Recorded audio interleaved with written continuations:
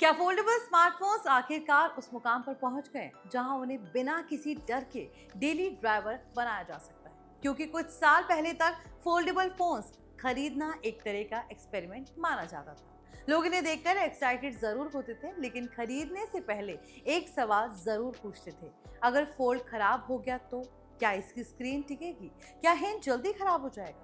क्या इतना महंगा फोन रोजमर्रा के इस्तेमाल के लिए भरोसेमंद है? दरअसल फोल्डेबल फोन्स की सबसे बड़ी समस्या कभी परफॉर्मेंस या फीचर्स नहीं थी। सबसे बड़ा सवाल हमेशा ड्यूरेबिलिटी को लेकर रहा है। स्क्रीन पर क्रीज, हिंज में डस्ट जाने का डर, डिस्प्ले डैमेज होने की चिंता, भारी कीमत और एवरेज बैटरी लाइफ, यही वो वजह थी जिनकी वजह से कई लोग फोल्डेबल्स को फ्यूचर टेक्नोलॉजी तो मानते थे, लेकिन मेन स्मार्टफोन नहीं। हालांकि 2026 में पिक्चर काफी बदल चुकी है। Samsung, Honor, Huawei, Vivo, Oppo, OnePlus और मोटोरोला जैसी कंपनियों ने फोल्डेबल टेक्नोलॉजी को उस लेवल पर पहुंचा दिया है जहां अब ये शो ऑफ करने वाला गैजेट नहीं बल्कि एक प्रैक्टिकल स्मार्टफोन बनकर नजर आ रहा है। अगर फोल्डेबल्स की सबसे बड़ी समस्या की बात करें तो हिंज और डिस्प्ले थी। शुरुआती फोल्डेबल्स फोन्स में क्रीज इतनी ज्यादा दिखाई देती थी कि स्क्रीन के बीच में हमेशा एक लाइन नजर आती थी। वहीं हिंज में डस्ट और छोटे प्रैक्टिकल्स चले जाने से डिस्प्ले डैमेज होने का खतरा बना रहता था।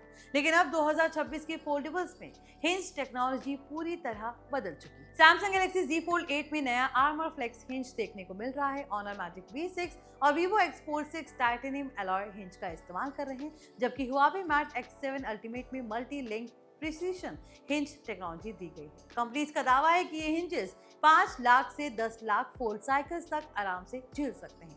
आसान भाषा में समझे तो अगर कोई यूजर दिन में 100 बार फोन खोलता है, बंद करता है, तब भी फोन कई साल तक बिना किसी बड़ी समस्या के चल सकता है। वहीं डिस्प्ले क्रीज भी अब लगभग गायब होती जा रही है। अल्ट्रा थिन ग्लास टेक्नोलॉजी यानी UTG अब पहले से कई ज्यादा मैच्योर हो चुकी है। सैमसंग ने न्यू जनरेशन UTG लेयर का इस्तेमाल किया है, जबकि ऑनर और Oppo water drop folding mechanism का इस्तेमाल कर रहे हैं। इसकी वजह से डिस्प्ले का फोल्डिंग रेडियस बड़ा हो जाता है और क्रीज काफी कम दिखाई देती है। रियल लाइफ यूसेज में अब कई फोल्डेबल्स में क्रीज देखने के लिए आपको फोन को खास एंगल पर घुमाना पड़ता है। यानी जो चीज फोल्डेबल्स की पहचान बन गई थी वही अब धीरे धीरे गायब हो रही है। वाटर और डस्ट रेसिस्टेंट के मामले में बड़ा अपग्रेड देखने को मिला है। पहले फोल्डेबल फोन्स को पानी और धूल से बचाना सबसे बड़ा चैलेंज माना जाता था, लेकिन अब सैमसंग गैलेक्सी Z Fold 8 और Z Flip 8 में IP68 रेटिंग मिलने की उम्मीद है। ऑनर मैजिक V6 में IP58 प्रोटेक्शन दी गई है। Vivo X Fold 6 Pro में IP68 वाटर रेसिस्टेंट के साथ आता है। इसका मतलब है कि अब फोल्डेबल्स को हल्की बारिश या पानी की छींटों से उतना डर नहीं लगता जितना पहले लगता था। बैटरी लाइफ भी अब फोल्डेबल्स की कमजोरी नहीं रही। पहले बड़ी स्क्रीन होने के बावजूद बैटरी कैपेसिटी सीमित रहती थी, लेकिन सिलिकॉन कार्बन बैटरी टेक्नोलॉजी ने पूरा खेल बदल दिया। ऑनर मैजिक V6 में 6100 mAh बैटरी दी गई है। Vivo X Fold 6 Pro में करीब 6200 mAh बैटरी मिलने की चर्चा है। वहीं OnePlus Open 2 में 6000 mAh से ज्यादा बैटरी दिए जाने की उम्मीद है। यानी अब फोल्डेबल्स आराम से पूरा दिन निकाल सकते हैं और हैवी यूजर्स के लिए भी ज्यादा प्रैक्टिकल बन चुके हैं। कैमरा की बात करें तो एक समय था जब फोल्डेबल खरीदने का मतलब कैमरा क्वालिटी से समझौता करना माना जाता था, लेकिन अब ऐसा नहीं है।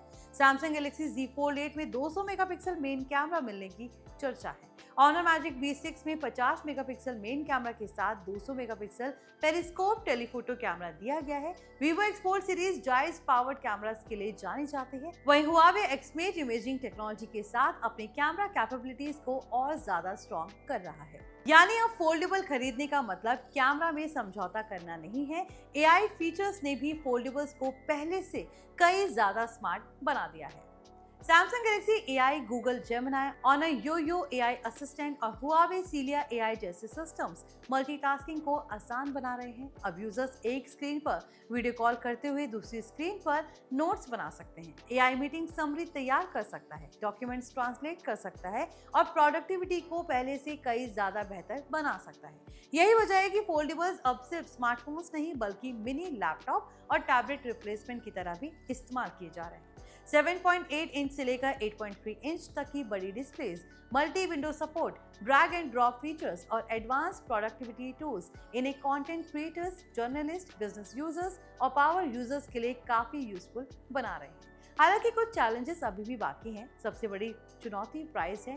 प्रीमियम फोल्डेबल्स अभी भी 1 लाख से 2 लाख तक की रेंज में आते हैं। दूसरी चैलेंज रिपेयर कॉस्ट है, क्योंकि डिस्प्ले रिप्लेसमेंट अभी भी काफी महंगा पड़ सकता है। वहीं कुछ ऐप्स अभी भी फोल्डेबल स्क्रीन्स का पूरा फायदा नहीं उठा पाती, लेकिन अगर 2020 में पूछा जाता है क्या फोल्डेबल्स ड्यूरेबल हैं, तो जवाब शायद नहीं होता। अगर 2023 में पूछा जाता तो जवाब होता काफी हद तक, लेकिन 2026 में जवाब है हाँ। नए हैं टेक्नोलॉजी, बेहतर UTG display, stronger frames, water resistant, massive batteries, flagship cameras और एआई पावर्ड फीचर्स ने फोल्डेबल स्मार्टफोन्स को पहले से भी कई ज्यादा रिलायबल और प्रैक्टिकल बना दिया है। अब फोल्डेबल सिर्फ टेक्नोलॉजी एंथुसियास्ट के लिए नहीं रहे, बल्कि उन यूजर्स के लिए एक स्ट्रॉन्ग ऑप्शन बन चुके हैं जो स्मार्टफोन और टैबलेट दोनों का एक्सपीरियंस एक ही डिवाइस में चाहते हैं। और शायद यही वजह है कि 2026 को फोल्डेबल स्मार्टफोन्स का टर्निंग पॉइंट माना जा रहा है, क्योंकि पहली बार ऐसा लग रहा है कि फोल्डेबल्स फ्यूचर नहीं बल्कि प्रेजेंट बन चुके हैं। तो आई होप ये वीडियो आपके लिए यूजफुल रहा हो। अगर वीडियो पसंद आया तो इसे लाइक करें, ज्यादा से ज्यादा शेयर करें और हमारे channel NBT tech on the go को सब्सक्राइब कर लें।